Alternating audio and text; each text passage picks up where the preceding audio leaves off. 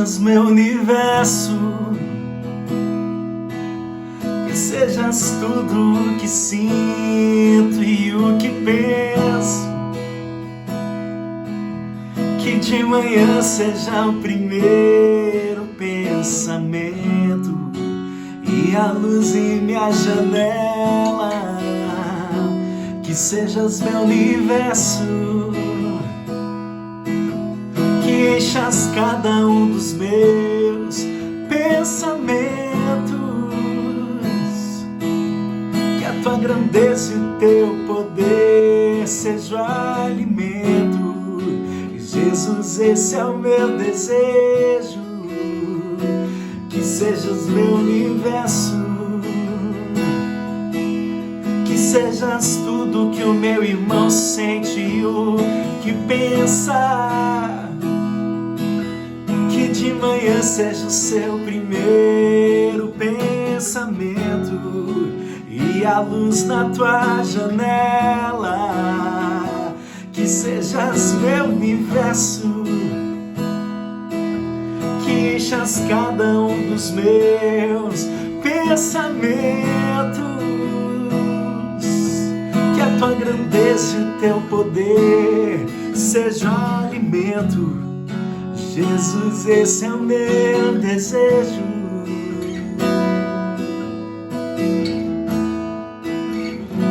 que sejas meu universo. Como é bom adorar a Deus, não é verdade? Lise, por favor, vamos orar?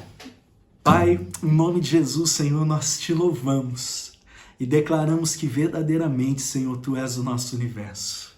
Senhor, que Tu seja todo o nosso pensamento, que Tu, Senhor, seja toda a razão da nossa vida, o nosso ser, da nossa existência, que tudo aquilo que fizemos, Pai, possamos fazer pensando em Ti, que Tu seja, Senhor, a razão de tudo na nossa vida, que Tu seja, Senhor, a base da nossa família e a base do nosso relacionamento um com os outros. Vem, Senhor, habita entre nós, habita entre os louvores, Senhor, e nós Te adoramos para a glória do Teu nome, em nome de Jesus. Amém. Amém, irmãos?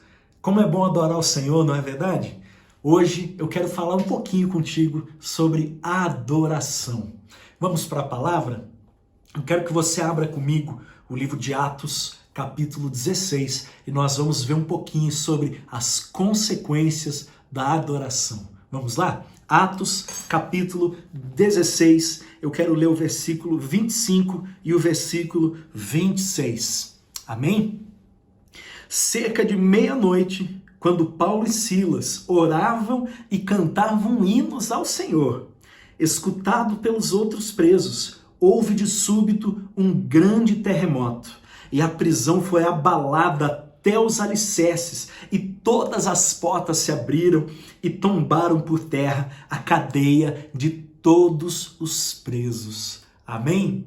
Oh, glória a Deus! Como é bom adorar ao Senhor. Eu tenho aqui um esboço e eu quero seguir esse esboço que fala sobre as consequências da adoração. Mas, primeiramente, é necessário que a gente entenda o que é adoração. E eu fui no dicionário para pesquisar, para procurar o significado da palavra adorar, do verbo adorar. Adorar, no dicionário, significa prestar culto. Você presta culto na sua casa? Adorar significa amar intensamente, respeitar imensamente, reverenciar, predileção. Adorar significa honrar. Glória a Deus, nós adoramos ao Senhor. O louvor, como eu fiz aqui agora, é uma das milhares de formas de você adorar a Deus. Você pode adorar a Deus enquanto lava a louça da sua casa. Você pode adorar a Deus orando, você pode adorar a Deus cozinhando, você pode adorar a Deus no banheiro, você pode adorar a Deus enquanto toma banho, desde que tudo aquilo que você faça para a glória e honra do Senhor. Se o seu respirar, como cantamos aqui há pouco, for para a glória do Pai, você está adorando a Deus com o seu respirar, com o seu fôlego de vida. E louvado seja Deus por isso. Amém? Glória a Deus. Agora que eu sei o que é adorar, eu preciso saber quem tem que adorar? Quem é que pode adorar e quem não pode? Será que só o pastor pode adorar? Será que só o irmão da igreja pode adorar? Será que só o crente pode adorar? Será que o ímpio não pode adorar? Quem será que deve ou pode adorar a Deus? Vamos lá, Salmo 150, versículo 6, diz o seguinte: todo ser que respira, todo ser que respira, para aí, irmão. Você está respirando? Veja aí. Eu vou perguntar aqui para minha esposa. Lise, você está respirando? Estou respirando. Fala mais alto, Lise, o pessoal lá não está te ouvindo. Estou respirando. Ô, glória, a Lise está respirando. Se você está respirando, Lise, louva o Senhor. Ô, glória. Todo ser que respira, louve ao Senhor. Você pode louvar a Deus, você pode dar um glória a Deus aí, você que está me assistindo? Amém. Agora que eu sei que todo mundo pode adorar, somente aquele que respira, todo o ser que vive, louva o Senhor, eu quero que você pense o seguinte: como que eu vou adorar? Eu sei que eu preciso adorar a Deus. Eu sei que eu posso adorar o Senhor, que eu devo adorá-lo. Mas como que eu vou fazer isso? Eu quero que você abra comigo Salmo 95. O Salmo 95, ele é um salmo que baseia muito a minha vida no sentido da adoração. Eu sou pastor de louvor da igreja Missão Lusitana, aqui em Portugal, em Sintra, no bairro Mem Martins. E um dos salmos que eu baseio esse ministério de louvor é o Salmo 95, e eu quero ler ele com vocês um pouquinho. Vamos lá? Versículo 1 diz o seguinte: vinde, cantemos ao Senhor com júbilo, com alegria. Celebremos o rochedo da nossa salvação, saiamos ao seu encontro com ações de graças e vitoriemos-los com salmos, porque o Senhor é o Deus supremo e o grande Rei acima de todos os deuses. Nas suas mãos estão as profundezas da terra e as alturas dos montes lhe pertencem. Dele é o mar, pois ele o fez, obra de suas mãos, os continentes. Vinde, adoremos e prostremo-nos e ajoelhemos diante do Senhor que nos criou. Ele é o nosso Deus e nós somos povo do seu pastoreio. Aleluia. Amém? Vinde, vamos adorar o Senhor com júbilo, com alegria. Precisamos adorá-lo com alegria, precisamos adorá-lo com júbilo, com ações de graça, prostrados, com gratidão no nosso coração. A adoração nada mais é do que a expressão da nossa gratidão. E nós temos tantos motivos pelos quais somos gratos, não é verdade? Então, se você é grato, você precisa adorar. Do contrário, você está sendo ingrato. E a ingratidão, ela é um pecado. A ingratidão nos leva à rebeldia, a ingratidão nos leva a não reconhecer aquilo que Deus já fez e ainda está fazendo na nossa vida. E assim desagradamos ao Senhor. E esse não é o nosso objetivo, não é verdade?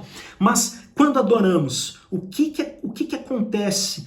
Qual é a consequência da adoração? Então, primeiro eu preciso saber que eu não simplesmente adoro qualquer um, eu preciso conhecer quem eu adoro. O verdadeiro adorador conhece aquele a quem está adorando. Você conhece o Senhor?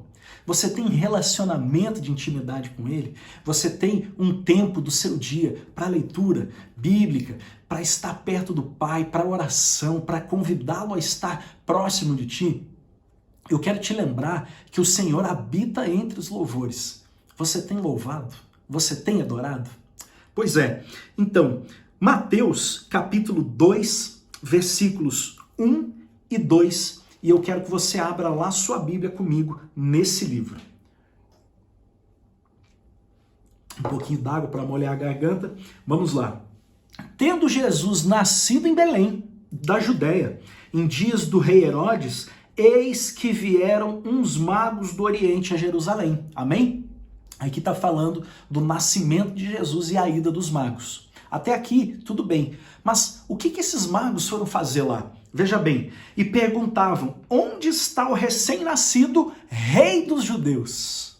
Olha o profundo conhecimento que tinham esses magos, que cita aqui a palavra. Porque vimos a sua estrela no Oriente e viemos para adorá-lo.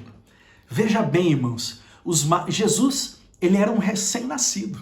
ele ainda não tinha feito milagre nenhum, ele não falava e ele mal se expressava, a não ser com choros, não é? Um recém-nascido. Entretanto, esses magos saíram do Oriente, seguindo uma estrela, uma visão, algo sobrenatural, e chegaram lá perguntando aonde estava o recém-nascido que era rei dos judeus. Olha a revelação que tinha esses magos. Eles, apesar de nunca terem visto um milagre, apesar de não terem tido uma experiência do sobrenatural com Jesus, eles sabiam quem era Jesus. Eles conheciam aquele a quem deveriam adorar. E por isso eles foram lá, segundo o trecho, final do versículo 2 diz: viemos para adorá-lo. Você tem adorado o Senhor na sua casa? Você tem expressado a sua gratidão diante de Deus, aí onde você está, junto com a sua família, com seus filhos, pais e irmãos? Eu te desafio a partir de agora, você começar a adorar a Deus aonde você estiver. Amém? A segunda coisa que precisamos entender é que eu não posso adorar de qualquer jeito. O Salmo 95, que a gente leu há pouco, ele nos dá uma direção de adoração. Primeiro ele diz: venham, adoremos com júbilo, alegria. Segundo, adoremos com ações de graça, gratidão, expressando a nossa gratidão. Terceiro, adoremos prostrados, de joelhos.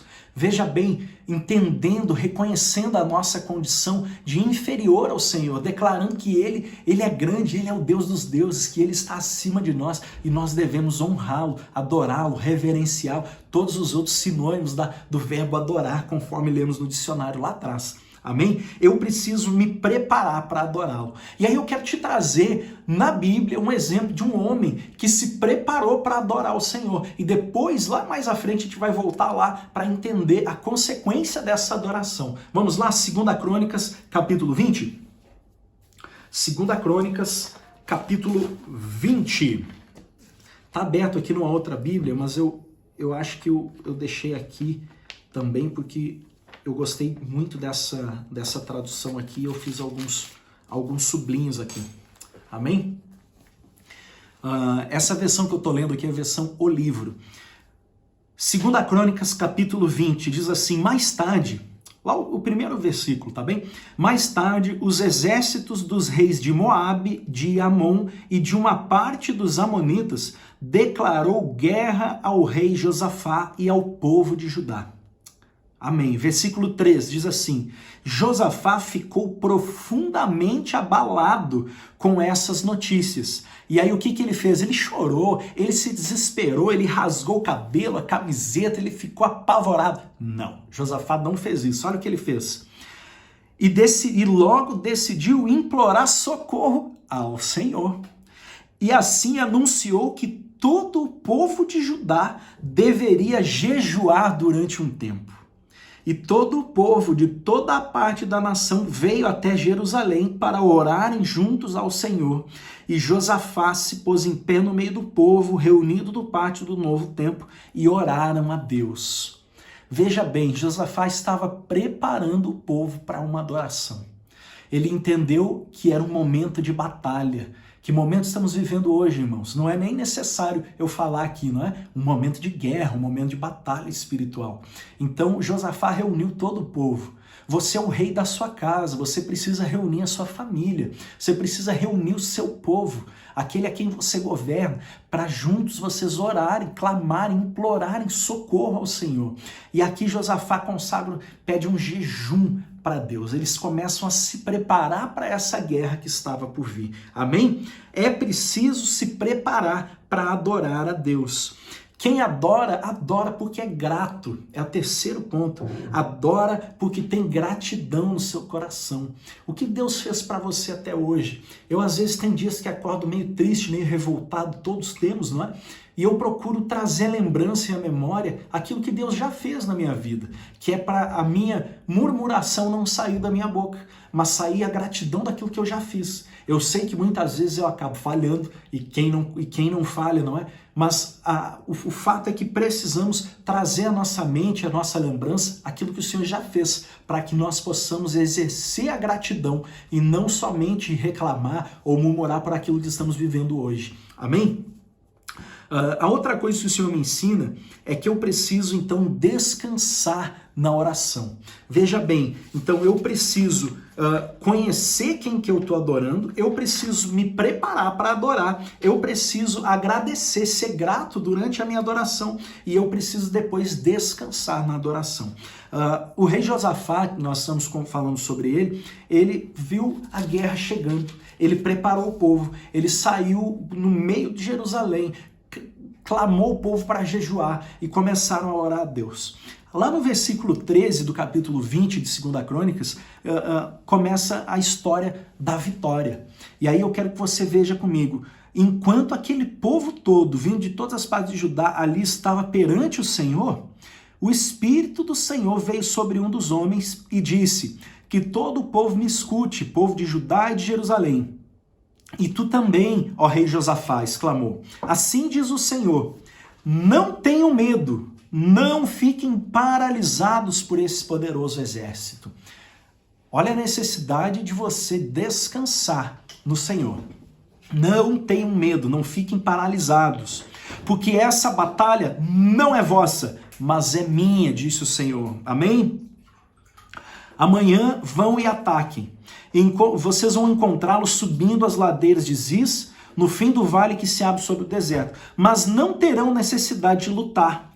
Tomem os vossos lugares de combate, fiquem quietos e vejam só a maravilhosa operação de salvação que eu vou realizar para vocês, ó povo de Judá e de Jerusalém. Não tenham medo e nem desfaleçam, disse o Senhor. Amém? Amém? Amém? Amém? Amém? Adorem, não tenham medo, não desfaleçam, não se desesperem, mas adorem.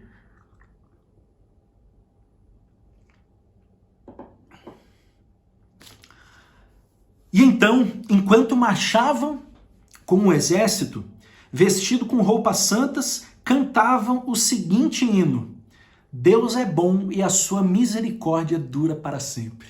Uau! Louvando e agradecendo ao Senhor enquanto iam andando. Ora, no momento, versículo 22, no momento em que começaram a cantar e a entoar os louvores, o Senhor fez com que os exércitos, tanto de Amon como de Moabe, mais o da montanha de Seir, começassem a guerrear entre si, destruindo-se mutuamente. Primeiro foram os dois exércitos amonitas e dos moabitas, investindo um contra o outro, e depois o restante dos exércitos, matando-os a todos. E quando acabaram, voltaram-se contra os outros exércitos.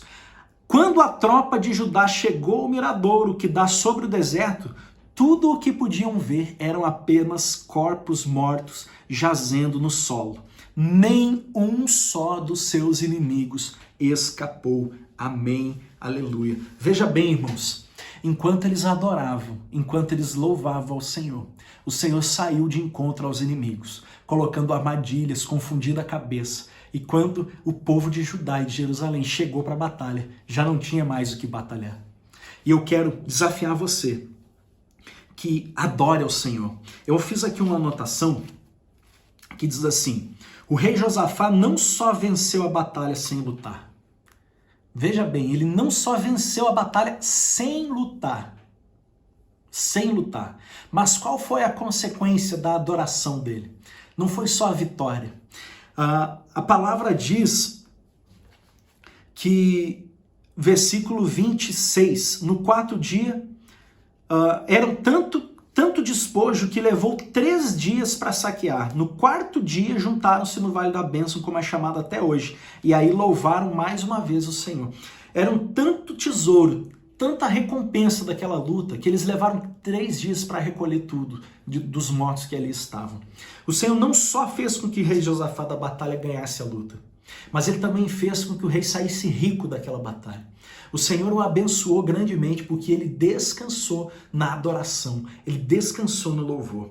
Quando nós voltamos lá no primeiro texto, Paulo e Silas na prisão, o Senhor, ele não só fez com que Paulo e Silas, com que as cadeias se quebrassem, com que as portas da prisão se abrissem, o Senhor não só fez isso, mas o Senhor também fez com que a família do carcereiro e o próprio carcereiro fossem salvos.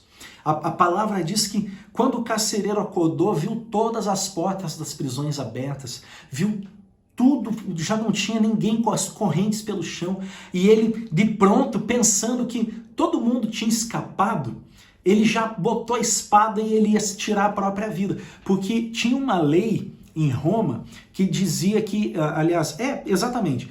que dizia que o carcereiro era responsável com a própria vida, pela vida dos seus prisioneiros. Como já não tinha mais prisioneiro, ele tinha que tirar a sua própria vida. Foi nesse momento que Paulo grita assim, não faça isso.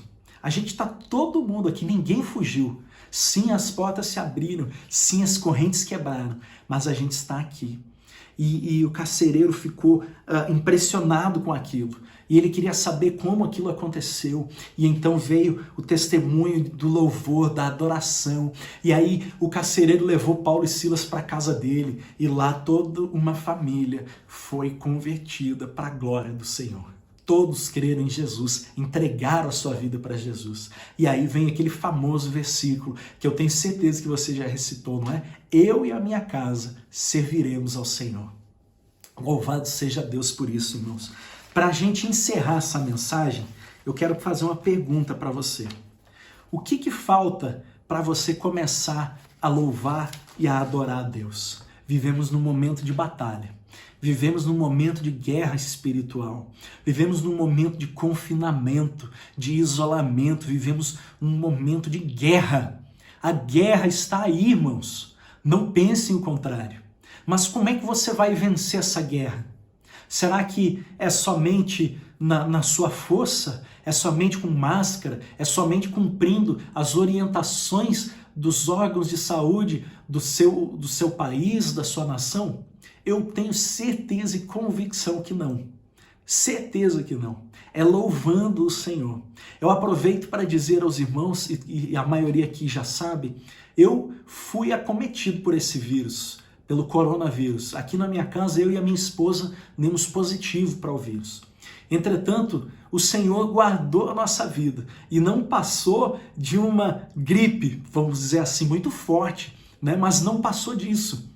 Mas o tempo todo estávamos eu e ela orando, louvando a Deus, buscando o Senhor para que Ele pudesse pelejar por nós essa luta. Amados, entrega o teu caminho ao Senhor, confia nele e o mais Ele fará. Apenas louve, apenas adore a Deus. Vamos cantar comigo mais uma vez, que seja o meu universo?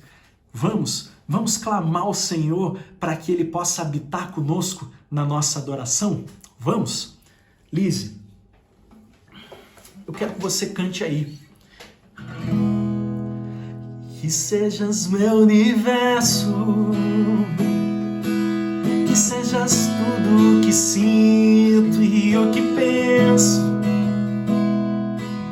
que de manhã seja o primeiro pensamento e a luz em minha janela. Que sejas meu universo, que enchas cada um dos meus pensamentos,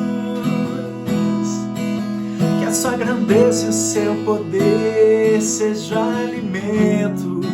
Jesus, esse é o meu desejo. Que sejas meu universo. Deus te abençoe, irmãos, grandemente, e que você possa sempre estar louvando a Deus e Ele vai lutar por você. Deus te abençoe em nome de Jesus.